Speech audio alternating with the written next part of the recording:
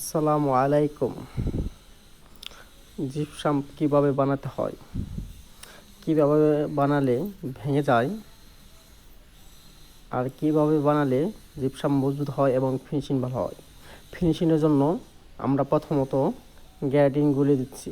গ্যারাটিনের সাথে সাদা এক ধরনের রঙের পুটিং, এশিয়ান পুটিং দিয়ে আমরা সিমেন্ট দিয়ে গুলিয়ে গ্যারাটিন বানাই।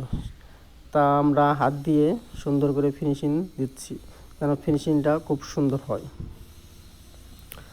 পরিপূর্ণ দেওয়ার পর আমরা মশলা বানাই লাল বালু, সাদা বালু, সিমেন্ট দিয়ে 60% লাল বালু, 60% সিমেন্ট এবং 40% সাদা বালু দিয়ে কুনি দিয়ে 1 ইঞ্চি পরিমাণ পরত করে আমরা মাল দিই। মাল দেওয়া হয়ে গেলে আমরা কলমে গোড়ায় আমরা ওটার মাল দিই 1 ইঞ্চি, কিছু কিছু জায়গায় 1.5 ইঞ্চি পরিমাণ মাল দেওয়া হয়। দেওয়া শেষ হয়ে গেলে আমরা একদিন পরে খোলার জন্য প্রস্তুতি নিই। আমরা একদিন পরে খুলি মালটা, আস্তে আস্তে আমরা খুলতে থাকি, কিন্তু খোলা যায় না।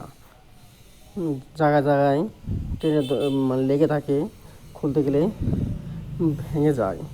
তাই আপনাদের পরামর্শ দিচ্ছি, একদিন পরে না খুলে 2 দিন পরে খোলার চেষ্টা করবেন। এমনকি এই খরমার মধ্যে মোবিল দিবেন, ভালো করে মোবিল দিয়ে গ্যারাটিন দিবেন, তাহলে পরিপূর্ণভাবে খুলতে পারবেন এবং ফিনিশিং সব কিছুই সুন্দর হবে, ভাঙবে না। আমাদের এটা খোলার সময় ভেঙে গেছিলো, দেখেন অনেক জায়গায় ভাঙিয়েছে, মাঝখানেও ভেঙেছে। আর মাঝে মাঝে আপনারা রড দিবেন, 2টাও দিতে পারেন, 3টাও দিতে পারেন, তাহলে আর এই ফাটল এই ভাঙা ধরবে না। আমাদের অনেক জায়গায় ভেঙে গেছে, এটা আমাদের প্রথম পরীক্ষামূলক ছিল, তো তাই